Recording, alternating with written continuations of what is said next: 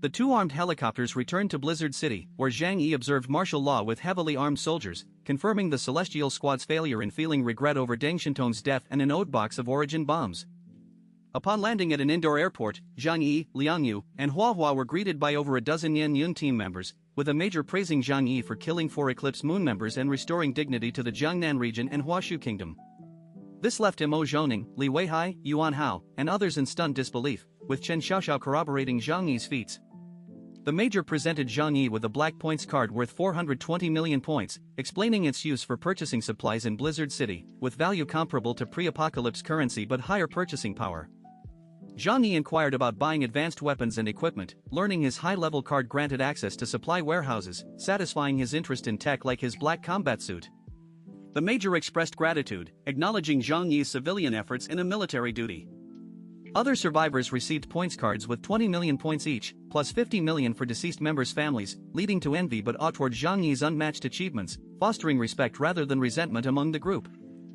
After receiving the points card, Zhang Yi intended to find Bailey Changqing for information but was stopped by Major Yin Yun, who informed him that higher-ups had ordered him to remain in a designated area under supervision, requiring approval for any movement. Zhang Yi recognized this as a form of house arrest, likely due to the battle's impact on Blizzard City, but complied without resistance, confident in his spatial abilities to leave if necessary. He, Liang Yu, and Hua Hua were escorted to a detached villa in Area A, a high-end living space with a yard and 2 stories, guarded by 4 heavily armed Yan Yun soldiers. Zhang Yi noted the seriousness of the situation, while Hua Hua played on the sofa and Liang Yu expressed frustration at their treatment despite their contributions. Zhang Yi speculated that Blizzard City might try to recruit him as a captain due to his performance, though he viewed it as a hassle. Liang Yu suggested contacting the shelter to reassure them and warn about potential Eclipse Moon threats to Tianhai City, given its proximity to Jiangning City. Zhang Yi agreed, calling Yang Xinxin on an encrypted satellite phone. Yang Xinxin expressed relief at their safety and reported no unusual events in Tianhai City. Zhang Yi instructed her to keep the mission failure and Eclipse Moon's unknown status secret from others, advising heightened vigilance and readiness to hide in the shelter's basement. Yang Xinxin mentioned researching Eclipse Moon and promised to send interesting findings, boasting her superior hacking skills over Blizzard City's programmers. They chatted casually, with Zhang Yi expressing concern for her safety, which pleased her. After the call, Zhang Yi pondered his next steps, dependent on Blizzard City's leadership attitude. Meanwhile, Yang Xinxin, feeling determined, went to Zhou Kor's infirmary, where Zhou Kor was conducting medical experiments on a fish to develop her doctor ability. Yang Xinxin entered with a flushed, sickly smile and requested to begin an experiment. Yang Xinxin approached Zhou Kor with a request for a dangerous experiment, which Zhou Kor warned would be extremely painful and potentially unbearable. Yang Xinxin insisted, expressing her desire for greater power to help Zhang Yi. Zhou Kor agreed and led her to an operating table, where Yang Xinxin lay down and was restrained with devices to prevent struggling. Zhou Kor connected a heart rate monitor and placed an acrylic box over Yang Xinxin's head, then opened a valve to fill it with water, submerging Yang Xinxin. Yang Xinxin struggled in pain, and after over a minute, her heart rate dropped to a flat line.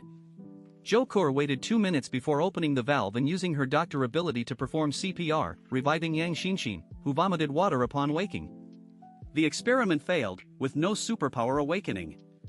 Zhou Kor explained that cell mutations from gamma rays were common but not guaranteed to yield abilities, and near-death experiences were a stimulus method. She noted Yang Xinxin could have had an ice soul but refused it, believing true ability strength came from Nen, will, peaking at death. Yang Xinxin argued that support-oriented abilities from Ice Soul were inferior and she sought unique power.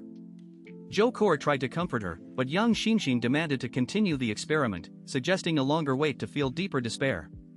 Zhou Kor, terrified but unable to refuse, began a second round. Elsewhere, in Linhai City, the remaining 8 Eclipse Moon members returned to their icebreaker after the battle, mourning their 5 deceased comrades, Naruse Hanakyo, Gasai Nanako, Takizawa Takashi, Kamaya Nebuto, and Akutsu Shinichiro. Phoenix Inujin led the mourning, then discussed plans to create turmoil and negotiate with the Jiangnan region. Takeuchi Mayumi blamed herself for flawed divination, but Phoenix Inujin reassured her, noting the unexpected appearance of the Celestial Squad captain. Jinguji Saikairo described encountering a dangerous spatial ability user who killed Kamaya and Akutsu and devoured his Shikigami, implying the sniper was highly powerful. Tsukamoto Nobunaga added that Gasai Nanako and Takizawa were likely killed by the same person, shocking the group as 4 deaths were linked to one individual. Phoenix Inujin connected Takeuchi Mayumi's failed prophecy to the sniper, realizing he was an outsider altering fates. He emphasized the need to kill him but wanted more information first. The icebreaker departed south. In Blizzard City, Zhang Yi, confined to the villa, used his time to rest and experiment with the corpses of the 4 Eclipse Moon members he killed. He attempted to absorb their essence using his co-devouring ability but found minimal improvement, leading him to suspect he had reached a bottleneck in his evolution. He concluded that devouring more powerful superhumans might be necessary and shared the remaining essence with Liang Yu and Hua Hua to enhance their combat power. Liang Yu absorbed 2 essences easily, showing flushed reactions, while Hua Hua consumed 1 and could not handle more due to the powerful essence. Zhang Yi marveled at Liang Yu's potential as a martial arts grandmaster. Bored, he tried to contact Bailey Chongqing but failed, assuming he was in secret meetings. He chatted with Chen Xiaoxiao and Pang Li, who were grateful and admiring. Days later, Yang Xinxin sent detailed information on Eclipse Moon, differing from Blizzard City's data. Zhang Yi focused on Takeuchi Mayumi's background, a shrine maiden from the Takeuchi family, descendants of Takeuchi Sukun, who orally transmitted history. He theorized her ability might be prophecy, not memory, explaining Eclipse Moon's battlefield control. He realized she was the true core, possibly Epsilon level, and pondered how he bypassed her prophecy, possibly due to her focus on the Celestial Squad or inherent limitations.